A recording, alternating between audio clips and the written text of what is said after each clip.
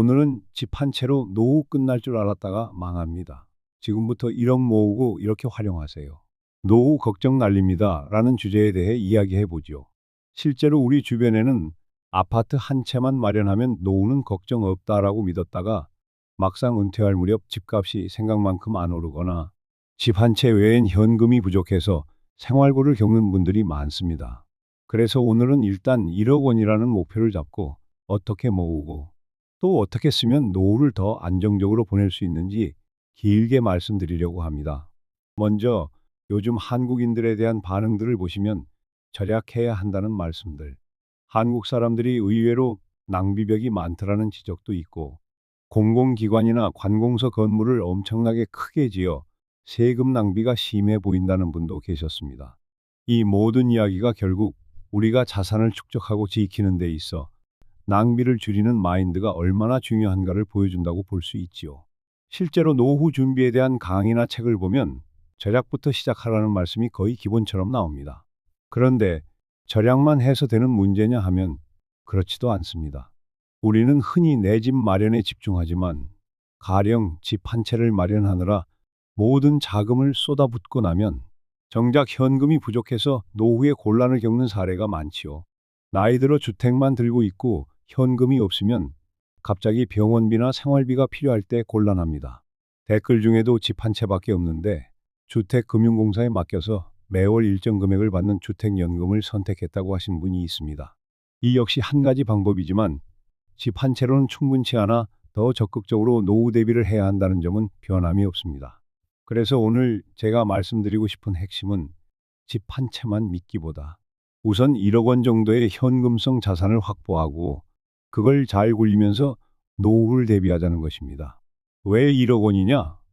물론 상황에 따라 액수는 다를 수 있지만 많은 전문가들이 1억이면 큰 목돈이긴 하지만 요즘 시대의 노후 최소 방어선이 되기에는 조금 빠듯하다. 그래도 아무것도 없는 것보다는 훨씬 낫다고 말합니다. 결국 1억을 모은 뒤에는 추가로 더 모아야겠지만 그럼 어떻게 모으고 어떻게 굴리고 언제 쓰는 게 좋을까요? 첫째, 절약과 검소한 생활 태도가 필수적입니다. 댓글을 보시면 공공시설 화장실 휴지를 막 뽑아 쓰는 장면에서 낭비를 느낀다. 외국에 오래 있다 와보니 한국은 풍족해서인지 물도 휴지도 너무 많이 쓴다고 지적하신 분들이 있습니다. 크게 공감하는 부분입니다. 젊을 때부터 외식을 줄이고 소비 습관을 점검하며 불필요한 곳에 새는 돈을 막는 연습을 하면 훗날 노후에 쓸 수 있는 여유 자금이 훨씬 많아지지요. 단순히 몇 푼 아끼는 게 아니라 사고방식을 바꾸는 것입니다. 내 월급의 일정 부분은 반드시 저축이나 투자로 빼놓고 남는 돈으로 생활하는 습관을 들이면 시간이 지날수록 꽤 큰 목돈을 만들 수 있습니다. 둘째, 일찍 시작하는 것이 중요합니다. 댓글에도 젊었을 때부터 연금이나 저축, 주식 투자 등을 하면 좋겠다. 보험도 일찍 드는 게 낫다고 하신 분들이 많습니다. 맞습니다. 복리의 마법이라는 말도 있고 일찍 시작할수록 적은 돈으로도 큰 결과를 낼 수 있습니다. 문제는 대부분 30, 40 넘어서야 노후 걱정이 생긴다는 거지요. 그때부터라도 늦지 않았다는 점을 말씀드립니다. 지금 당장 시작하시면 됩니다. 예를 들어 40살부터 열심히 모아 1억을 만들고 이후에도 조금씩 불려나가면 50대 중후반엔 꽤 괜찮은 자산이 될 수 있죠. 집 한 채만 들고 그래도 집값 오르겠지라고 방심하지 마시고 현금성 자산을 반드시 마련하시길 권합니다. 셋째, 현금성 자산을 어느 형태로 보유할지 계획해야 합니다. 그냥 적금만 붓는 것도 방법이지만 요즘 금리가 높아졌다 해도 물가 상승을 고려하면 실제 이자가 그렇게 크지 않을 수도 있습니다. 그렇다고 무작정 주식이나 코인에 뛰어들면 위험이 크지요. 어떤 분은 우량 주식에 분산 투자한다. 오랫동안 모아두면 결국 오를 거다라고 믿고 다른 분은 배당주 위주로 투자해 월세 같은 배당금을 노리겠다고 합니다. 또 채권이나 ETF, 부동산 간접 투자 상품 등을 활용하는 분들도 있지요. 이 부분은 각자 성향과 시장 상황에 따라 달라지니 한 가지 정답이 없다 하겠습니다. 다만 중요한 것은 무리한 대출이나 한탕주의는 피하자는 것입니다. 특히 나이가 들수록 큰 실패를 만회하기 어렵다는 점에서 안정성을 중시해야 합니다. 넷째, 집 한 채를 마련했더라도 거기서 끝이라 생각하지 마시라. 오히려 집을 담보로 주택연금에 가입하거나 부동산을 일부 처분해서 현금 확보를 하든가 등 노후엔 현금 흐름이 절실합니다. 한 분은 주택금융공사에 맡겨서 매달 얼마씩 받는 방식으로 선택했다 하셨는데 그건 집 한 채뿐이라도 정기적으로 돈이 들어오게 만드는 방법이 됩니다. 하지만 더 안정적으로 노후를 보내려면 집 한 채 가치가 흔들릴 때에도 대비할 수 있도록 다른 자산이 필요하지 않겠습니까? 바로 그 다른 자산이 최소 1억 원 정도의 현금성 투자 자금일 수 있다는 말씀이지요. 어떤 형태로든 월세든 배당이든 이자든 정기적으로 나오는 소득을 만들어 놓으면 은퇴 후에도 삶의 질이 떨어지지 않습니다. 다섯째, 노후에 자녀에게만 기대지 말자는 겁니다.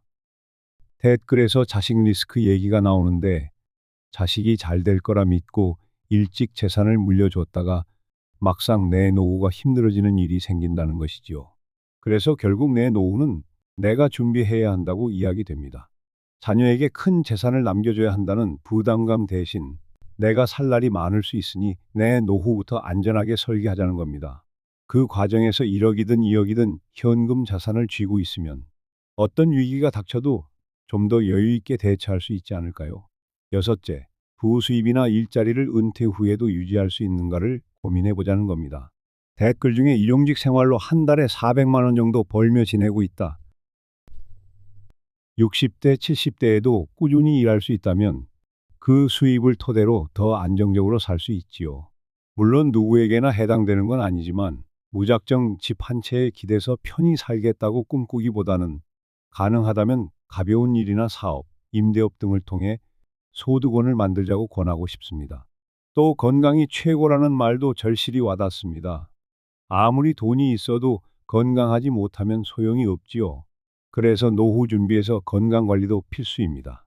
그럼 구체적으로 1억 원을 모아서 어떻게 하느냐라는 질문에 대한 답을 조금 더 세부적으로 들어가 봅시다.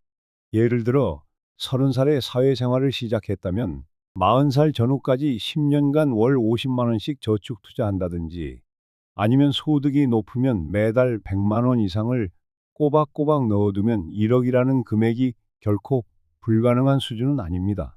여기에 보너스, 명절 상여 혹은 절약해서 아낀 돈 등을 합치면 좀 더 앞당길 수도 있지요.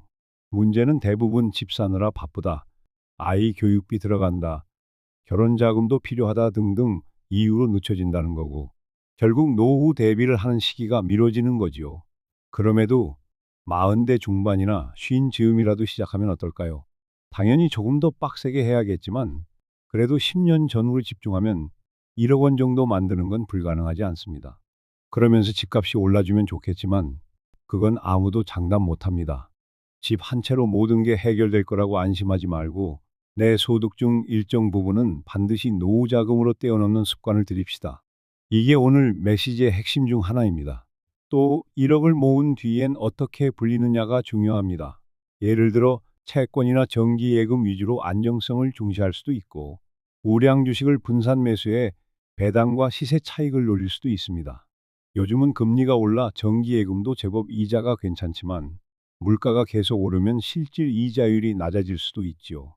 주식은 변동성이 있지만 장기적으로 우상향할 가능성이 높다며 배당 투자나 ETF 투자를 하는 분들도 있습니다. 어쨌든 중요한 건 한 방에 큰 돈을 벌겠다는 욕심보다는 꾸준히 적정 수익률을 유지하며 리스크를 관리하는 것입니다.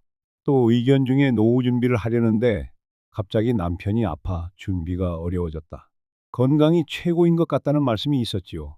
저도 전적으로 동의합니다. 금전적 준비와 함께 반드시 건강에 투자해야 합니다. 병원비와 간병비가 크게 들면 그동안 열심히 모았던 돈이 빠르게 사라질 수도 있거든요.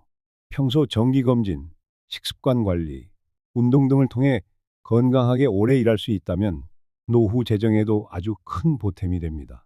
또 자녀들에게 어릴 적부터 경제 교육을 시키는 게 중요하다는 의견도 나왔습니다. 아이들이 자라면서 부모의 절약 습관과 재테크 노하우를 자연스레 배운다면 나중에 스스로도 노후를 대비하는 사람이 될 것입니다. 자식에게 무조건 뒷바라지를 다 해주고 정작 내 노후 자금은 바닥이 되는 상황은 피해야 합니다. 물론 자녀 지원도 필요하겠지만 그 정도와 타이밍을 조절해야 한다는 얘기지요. 특히 댓글 중에 20년 전에 강의를 들었고 절반의 준비는 된 것 같다 하셨던 분, 보험, 주식, 저축, 연금을 일찍 시작했다는 분들 사례 보면 결국 빨리 깨달아 실천한 사람이 가장 이득을 본다는 점이 공통적으로 보입니다. 또 나이 들어서 깨달으면 늦지 않느냐 할 수도 있지만 지금 당장 시작하면 다행입니다. 마흔이든 쉰이든 어떤 시점이든 늦었다고 생각하지만 또 한 가지 첨언하자면 노후 대비라는 게 단순히 돈을 많이 모으는 것으로 완성되는 건 아닙니다. 여러 전문가들이 육체적 건강, 정신적 건강, 사회적 관계, 그리고 재정적 안정성이 골고루 필요한 것이 노후 준비다라고 말하거든요. 하지만 그 중에서도 재정적 안정이 뒷받침되지 않으면 아무리 몸이 건강해도 마음이 불안해질 수 있고 사회 활동에도 제약이 생깁니다. 그래서 오늘은 그 재정 부분을 강조하는 것이지요. 가령 어떤 분은 나중에 국민연금이나 퇴직연금만으로도 충분하지 않느냐고 묻기도 합니다. 물론 연금이 중요하고 연금 제도가 잘 갖춰진 직장에 오래 다니신 분들은 괜찮을 수 있습니다. 그러나 지금 청년층이나 자영업자, 프리랜서 분들은 국민연금이나 퇴직연금이 부족할 가능성이 큽니다. 그래서 내가 별도로 1억, 2억 이상의 자산을 마련해 두어야 한다는 이야기를 하는 겁니다. 집 한 채로는 리스크가 크니까 현금성 자산을 반드시 확보해 두라는 거지요. 댓글 가운데 현재 70대인데도 일하고 있고 취미 생활도 열심히 하면서 성장을 느낀다고 하신 분도 계십니다. 이런 분들이야말로 노후에 좋은 모델 아닐까요? 뭔가를 계속 배우고 도전하면서 적당히 일을 해서 수입도 있고 약간의 저축도 하니 걱정이 덜하다는 것입니다. 감사하면서 산다는 말도 무척 인상 깊었습니다. 결국 마인드의 문제이기도 합니다.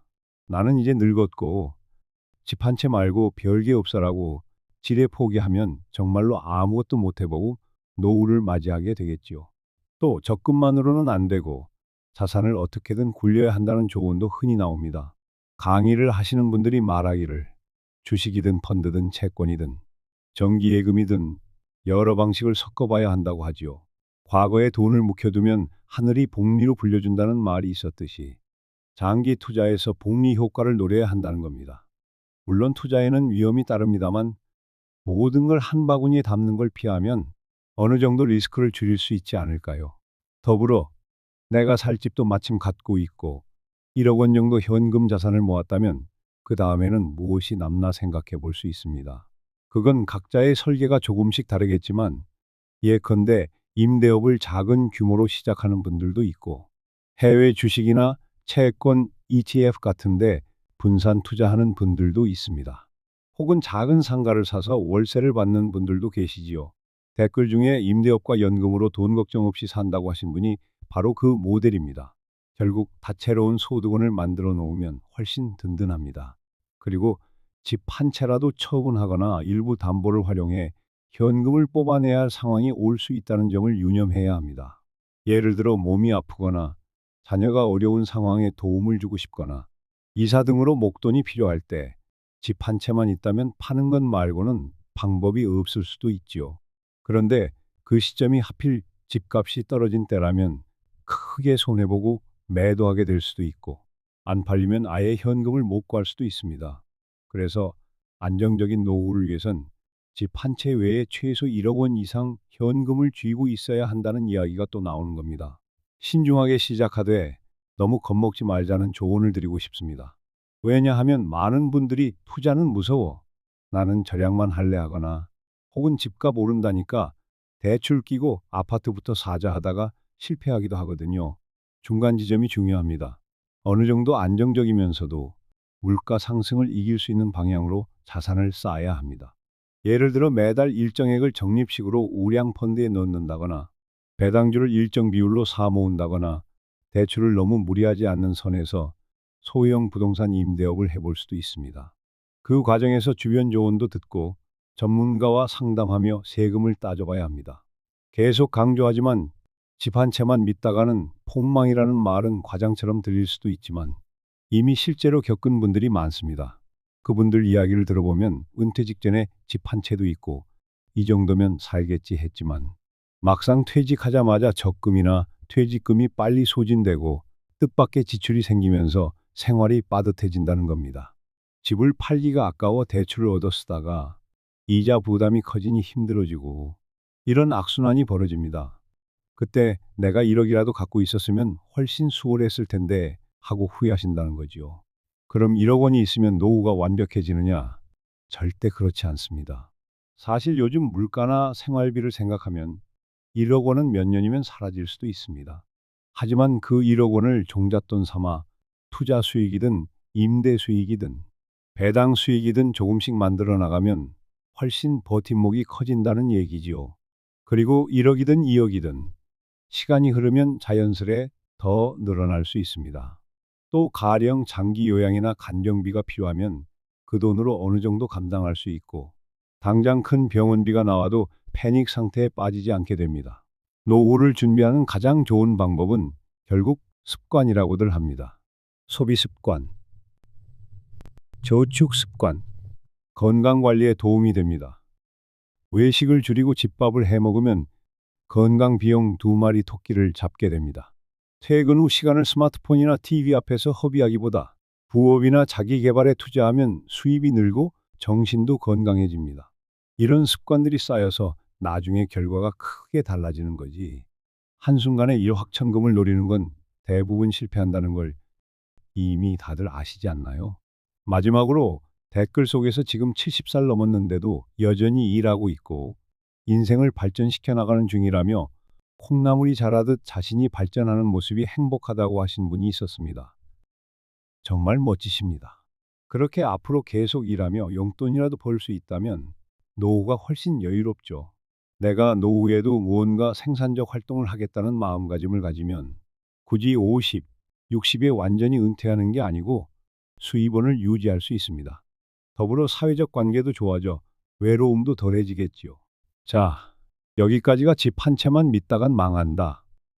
대신 지금부터 1억 만들어서 이렇게 쓰면 노후 걱정 날린다라는 주제에 대한 긴 설명이었습니다. 요약하면 이렇습니다.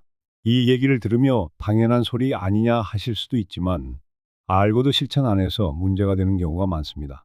또 어떤 분들은 집값 계속 오를 텐데 집 한 채만으로도 충분하지 않냐고 반문하실 수도 있지만 미래의 일은 모릅니다.